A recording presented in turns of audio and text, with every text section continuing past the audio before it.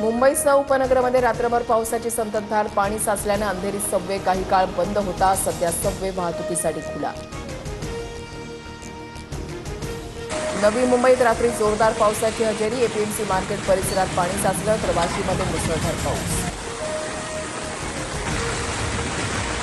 तासाभराच्या पावसामध्ये भिवंडीमधील रस्त्यांना नद्यांचं स्वरूप. मुख्य बाजारपेठेमध्ये पावसाचं पाणी साचलं. भाजी मार्केट, निजामपुरा, आंबाडासह अनेक भाग पाण्याखाली.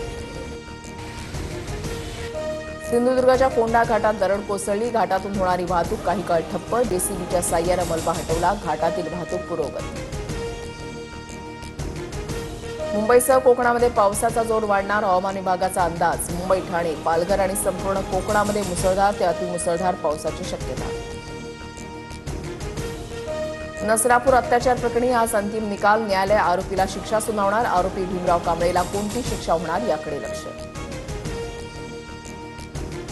उद्धव ठाकरे आज फुटीर खासदार भाऊसाहेब वागचौर यांच्या मतदारसंघात. शिर्डीमध्ये ठाकरेंचा कार्यकर्ता मेळावा होणार. हॉटेल सन अँड सँडमध्ये ठाकरेंची पत्रकार परिषद होणार.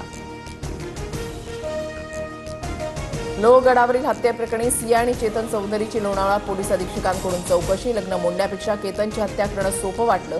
सियाची धक्कादायक कबुली. सूत्रांची माहिती. ठाणे पालघर जिल्हा बँकेच्या निवडणुकीमध्ये सहकार पॅनलचा दणदणीत विजय. 21 पैकी 16 जागांवर बाजी मारत सहकार पॅनलची बँकेवर एकहाती सत्ता.